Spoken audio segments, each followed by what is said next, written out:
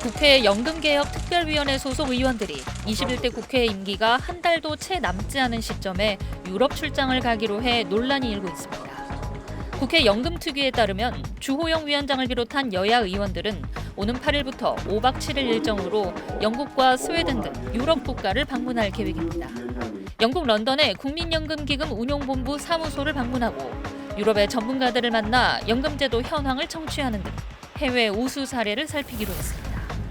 특히 이번 출장을 통해 국회 차원의 개혁 방안에 대한 합의안을 도출하고 귀국 이후 여야 원내 지도부에 이를 보고해 최종 협상을 시도한다는 계획입니다.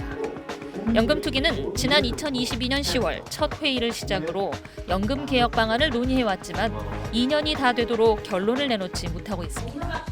최근 공론화위원회의 조사 결과 국민대표단의 선호도가 가장 높았던 더 내고 더 받는 개혁안을 두고도 여야 간의 합의에 이르지 못하는 상황입니다. 21대 국회 임기인 오는 29일까지 빈손 종료의 가능성까지 거론되자 이번 출장을 둘러싼 지적이 나오는 겁니다. 천하람 개혁신당 당선인은 자신의 소셜미디어를 통해 해외 우수 사례는 진작 살폈어야 하는 것 아니냐, 21대 국회 다 끝나가는데 뒷북 출장이라고 비판했습니다. 이어 미래세대 등골 부러뜨리는 연금 개혁안이 무엇이 잘됐다고 포상휴가를 가는가라고 직격했습니다. SBS 정경입니다.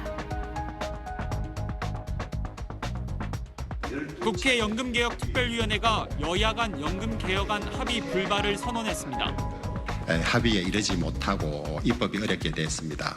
22대 때 더 여야 간의 의견 접근을 봐서 조속한 연금 개혁이 이루어졌으면 좋겠습니다. 여야는 보험료율을 9%에서 13%로 올리는 데는 의견 접근이 이루어졌습니다.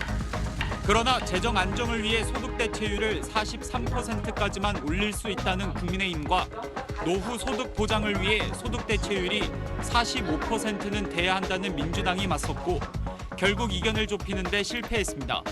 여야는 합의 불발 책임을 서로에게 돌렸습니다. 국민연금 개혁에 있어서 제1 목적은 연금의 지속 가능성이고 미래 세대에 대한 좀 부담을 축소하는 것이라고 생각했기 때문에 수치에 대한 합의가 안 돼서 그런 것들을 아예 무의로 돌리자고 하는 것은 본말이 전도된 거 아니냐. 우리는 연금 개혁을 하기 위해서 모든 걸 다 바치자고 했는데. 이에 따라 20여일 남은 21대 국회 임기 내 합의는 사실상 불가능해졌습니다. 21대 임기 종료 전까지 다시 모인다거나 합의된 현재로는 의견 양당의 의견 변화가 없으면 이 상태로 끝나는 거죠. 여야 합의가 불발된 만큼 내일 출발 일정이 알려지면서 논란이 됐던 유럽 출장도 취소됐습니다. 21대 국회 연금특위가 연금 개혁안 마련을 위해 지금까지 지출한 비용은 25억 원 정도입니다. 들인 시간과 비용에도 결국 빈손으로 활동을 끝냈다는 비판을 피하기 어렵게 됐습니다. SBS 박찬범입니다. 여야가 논의 중이던 국민연금 개혁안이 결국 합의점을 찾지 못하고 다음 국회로 넘어가게 됐는데요. 자, 그런데 여야 모두 합의 무산 책임은 상대에게 있다고 비판하고 있습니다. 이제 와서 그럼 모수 개혁이라도 우선이라도 21대 마무리하자고 했더니 이제 또 구조 개혁이 아니면 안 된다고 이 얘기하는 건 결국은 연금 개혁에 대한 의지가 애초부터 없었다라고 밖에 우리가 볼 수가 없는 겁니다. 2%의 차이가 정말 연금 개혁을 마무리하지 못할 정도 차이인지 지금 직접 공개하고 판단을 좀 구하려고 합니다. 자꾸 책임 공방으로 가면은 서로 좀 가볍기 때문에 그런 소리 하려는 거. 아니 누군가 책임이 있죠. 그런 입장은 따로 이야기했다. 아니, 정부 여당이 책임이 크죠. 모여서 어떻게 하는 거 연금 개혁을 따로 어떻게 야당이 책임집니까? 그리고 2, 3차 연금 개혁을 하기 위해서는 구조 개혁으로 한다고 합의하고 있습니다. 구조 개혁을 한다고 합의해놓고 또 지금 와서 그런 소리 하는 건 앞뒤가 안 맞고. 그건 여당이 구조 개혁 안 자, 해놨어요. 정부가 내놨어야지. 비판하는 거 안 했으면 좋겠어. 내놓지 않고서 잠깐만요. 두 분 간사님. 구조 개혁이 중요했으면은 문재인 정부 때 하고 왔어야 됩니다. 전 정부도 탓하네. 자, 양당이 지금 서로 기자회견하는 와중에도 서로 이렇게 대놓고 탓을 하고 계신데 보는 국민 입장에서 좀 답답한 게 사실입니다. 아마 해외 출장을 못하기 때문에 더 많이 쌓으실 수도 있을 것 같습니다.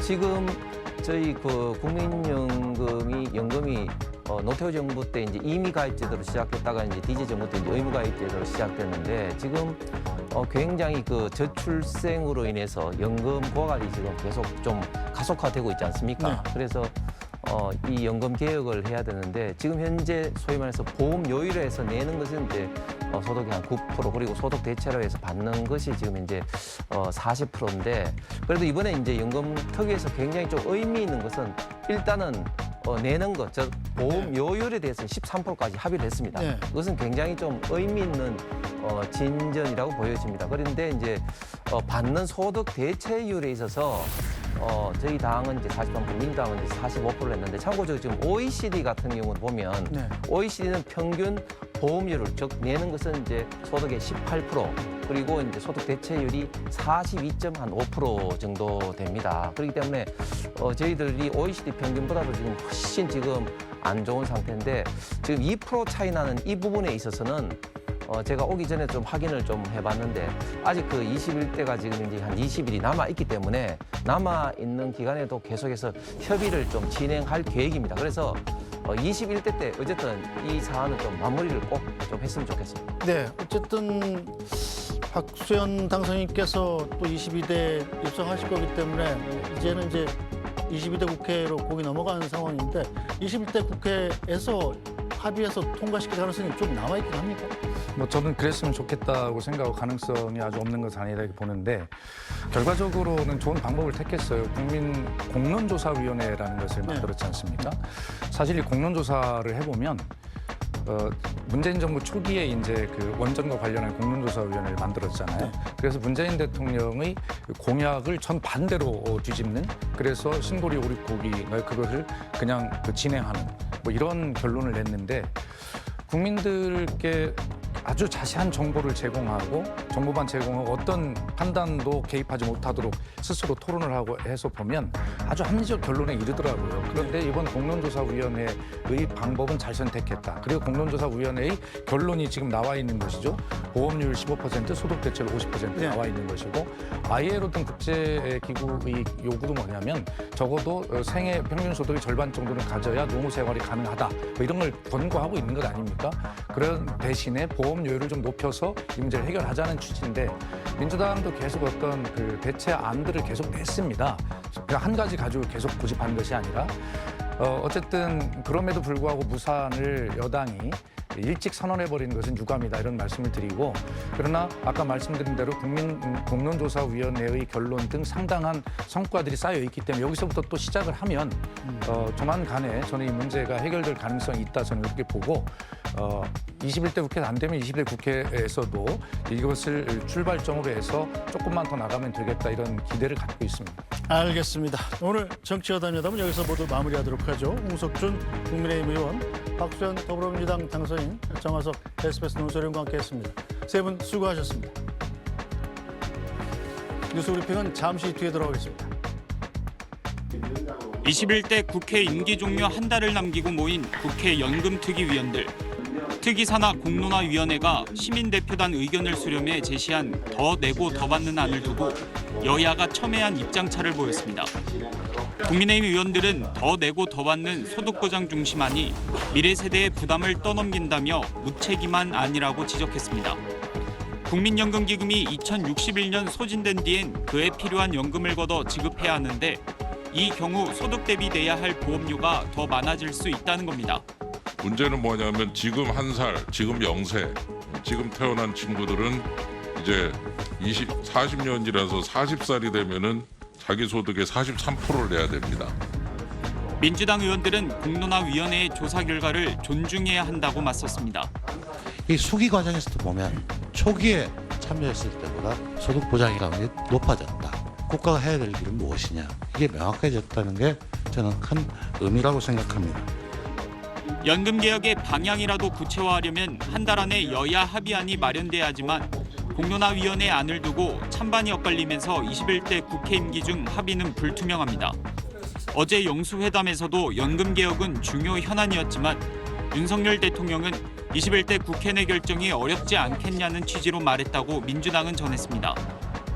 대통령은 21대 국회가 임기가 이제 거의 다 됐기 때문에 현실적으로 가능하겠는가? 그건 22대 국회에 들어가서 다시 다시 논의해야 될 것 같다. 이렇게 얘기했어요.